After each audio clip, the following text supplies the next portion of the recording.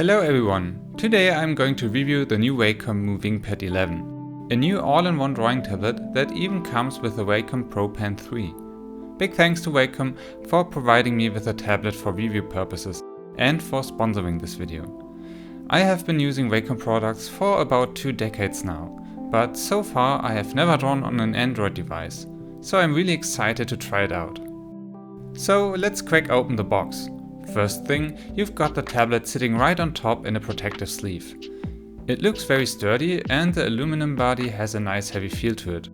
Not too heavy to carry, but more like quality heavy, very solid. Comparable to holding one of the current generation iPad Pro. The matte surface looks really nice. It's less reflective compared to its glossy counterpart, and I imagine drawing on it also feels less slippery, a bit more paper-like. There is a camera on the front and one on the back. And there are also these small little rubber bumps. These create a bit of space between the tablet and the surface to prevent scratches and slipping.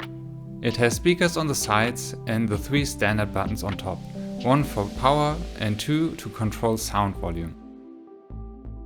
And of course, there is a USB-C socket for charging and transferring data. Next in the box we have product information and the Wacom Pro Pen 3, also wrapped in a protective wrapping. The pen has 3 buttons, which we'll have a look at later. To my surprise, it feels very light and thin. If you are used to an Apple Pencil, it comes close to it in thickness. But compared to the Wacom ones I am used to, like the Pro Pen 2 from the Mobile Studio Pro or Cintiq, it is definitely slimmer. As is tradition with Wacom pens, this one doesn't need charging because it's batteryless, which is always a major advantage. There are customizable grips for it available online, so if you like a chunkier one, you can swap it out or just stay with the slim option. The front part of the pen is hard plastic, while the rear part of the pen is metal, I believe. You can screw that part open, and surprise, there are 3 spare nibs included. But that's not all. The tray is also removable, and tada! On the other side, we do have a little hole that is used to remove the tip of the pen if we need to insert a new one. It needs a bit of courage to press the tip so hard into that tiny hole, but it does work fine actually. Lastly, there's also a USB-C charging and data cable included. There's no charging adapter, which probably comes down to European law that you must always be able to purchase devices without a charger to reduce waste. So I assume Wacom, similar to Apple, simply ships these without chargers to not complicate the packaging options. To my surprise, the people at Wacom were so kind and also sent me the matching protective case for the tablet. It not only protects the screen surface but also doubles as a stand, which is a lifesaver if you like drawing at an angle instead of flat on the table or having the tablet on your lap. In my honest opinion though, the case does feel a bit flimsy. It comes with a simple design, but sometimes it needs a bit of readjusting when closing, because the hinge likes to get stuck a bit and the protection layer won't lay clean on the screen directly. But on a positive note, it adds almost no bulk and makes the MovinkPad feel more like a sketchbook that you can put in your backpack without much worry and flip open anywhere you go. Also, it provides a storage place for the pen, which is just as practical as the protective feature of such a case. So overall, it really completes the experience. It's not included by default, which is kind of a bummer, but if you plan on traveling or working outside with the tablet, it's worth the investment. My first impression? The MovinkPad looks clean, slim, elegant and honestly, very premium. Wacom themselves say it's quote, crafted for the next generation of young artists and your first creative companion. So I'm really curious to put this one to the test, because optically it looks really suitable for pros as well. Let's turn this thing on. The setup is pretty straightforward. First, you select your language of choice. I am German, if you haven't noticed my thick accent yet, but let's go with English to be consistent here. Next, you log into your Wi-Fi and connect the tablet to the internet. I assume it's looking for updates and stuff like that. Then it gives you the option to copy apps and files from your phone or tablet. This is optional, but I wanted to try it and plugged up my phone with a USB cable. It lets you choose what files you want to copy, so you don't immediately swarm it with all your photos, videos or music. I only went with the apps, so I don't have to manually download Dropbox, YouTube and stuff like that. It's pretty easy and roughly took about 15 minutes to complete the process. Once everything is set up, you can jump directly into it and start drawing. The device opens Wacom Canvas, Wacom's own drawing app. The app is really rudimentary. There are a few brushes, but no way to change the brush size. Even zooming through gestures is not possible with this app. You'll need to press the zoom buttons instead. While really limiting, I think it does allow for a more focused approach at sketching, which this app is ultimately made for. Wacom themselves say on their website, no setup, just like opening a sketchbook, and I gotta say I can see the appeal of that. But of course, if you want to elaborate the sketch, you can always import files into Clip Studio and polish them there. The MovinkPad 11 comes with a 2-year license of Clip Studio Paint Debut. To redeem the license, all you have to do is register your tablet on Wacom's website using the serial number of the device. The serial number can be found on the packaging and on the tablet itself, and once registered, you receive an activation code. From there, download Clip Studio, put in the key code and claim the software, and you are ready to go. Of course, you can also use all other art programs that run on Android, like Krita for example. But as Clip Studio is pretty much the go-to software for a lot of digital artists, I definitely make good use out of that free 2-year license that is included. This drawing tablet works without a computer, which means that you can actually take it anywhere, to a friend's place, outside, your couch, or even while traveling. The tablet has an 11-inch LCD display, which looks amazing. There's really nothing I could complain about. The colors are super vibrant, blacks are deep, and individual pixels are not noticeable. Coming from someone who has both used an iPad and still uses the Mobile Studio Pro, there really is nothing negative that I could say about the screen.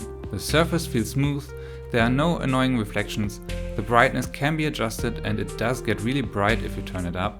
Parallax is very minimal, similar to the Pro tablets I've used so far, and same goes for responsiveness. The pen response is instant, no noticeable lag at all.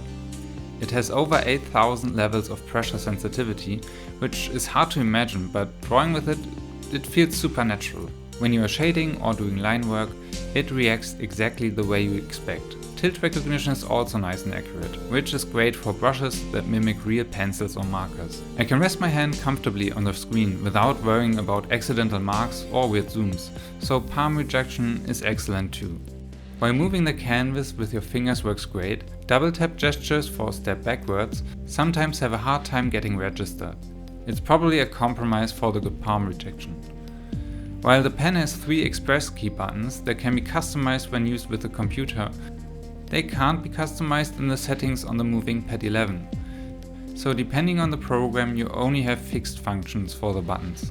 For Clip Studio you are stuck with eraser, color picker and grabby hand. Which is lucky for me, since that's exactly what I would have mapped them to. But as great as these defaults are for me, keep in mind that there is no way to put your favorite commands on these buttons. I figured that the device can handle layer-heavy files in Clip Studio without much of an issue, even if your canvas size is quite big. I tried different files with multiple effects and layers, and the MovinkPad 11 kept up without choking. For anyone who loves to sketch on the go, I'd say this tablet basically gives you almost desktop level performance in a travel-friendly package. 128GB of storage really is not bad at all, and enough for a lot of projects. There is no way to insert an additional SD card, but with an USB-C to SD card adapter, you can of course make space for new projects. If you are doing huge files or animations, you will want to back things up occasionally anyway, but for sketches, comics, illustrations, you are good with the built-in capacity. 8GB of RAM is solid too. It works really well for drawing and sketching, and it fulfills general demands and needs as an artist for the most part. No stuttering, no awkward lag. The lines you draw follow even if you move really quickly, which makes drawing a really smooth and realistic process. Combined with the paper-like drawing surface, it comes really close to a classic pen on paper experience. But, and maybe here's why Wacom sells this as a companion for younger artists, you'll probably notice the limited amount of processing power if your workflow is more elaborate. Typically, I work on canvases that are suitable for prints. So 2480 x 3508 pixels is my minimum, which equals an A4 sheet of paper at 300 dots per inch. Sketching does work fine, but using resource-heavy tools like Liquify, you can definitely notice the limits. Using it at its highest size, it lags even with just one sketch layer and not much else. But to be fair, I think a lot of standalone tablets struggle with this kind of workload. As for the camera, there isn't much to say. On the front, you've got one mainly for video calls or selfies, and on the back, the camera could be useful for taking reference photos. The quality is nothing crazy, but it gets the job done. The speakers though are surprisingly not bad at all. They have decent clarity. Obviously not studio monitors, but they don't sound like tin cans either. It's more than enough if you want to listen to music while you work or watch tutorials on YouTube, for example. No headphone jack though, so you'll need wireless earbuds. Sadly, this is typical for modern mobile devices, but at least Bluetooth is built in. So, final thoughts. The Wacom MovinkPad 11 is a premium portable drawing tablet that really delivers for artists who want professional tools in a lightweight package. The screen is beautiful, the pen works fantastic, and Clip Studio Paint runs solidly well. From simple doodling to working on line art and coloring, it is super fun working with it and it feels quite natural. The downsides? The processing power would be the only issue that I can think of. Yes, I know, it is mobile and also advertised for a younger generation of artists, and definitely it achieves that. It's well suited for that purpose. But at a €406 price tag, it's still an investment. If it's meant to be your only drawing device, while you know you want to professionalize, I believe you'll feel quite limited at some point. The MovinkPad Pro 14, which was just announced, might be the more suitable option if you need a more powerful tablet, as that one is marketed towards professional artists. Overall though, if you are serious about starting your art journey and want a tablet that can accompany you anywhere, this one's definitely worth considering. Let me know in the comments what you think. Would you pick this one over an iPad, or what's your favorite standalone tablet? What drawing app would you want to use on this? And of course, don't forget to like, subscribe, and I'll see you in the next video.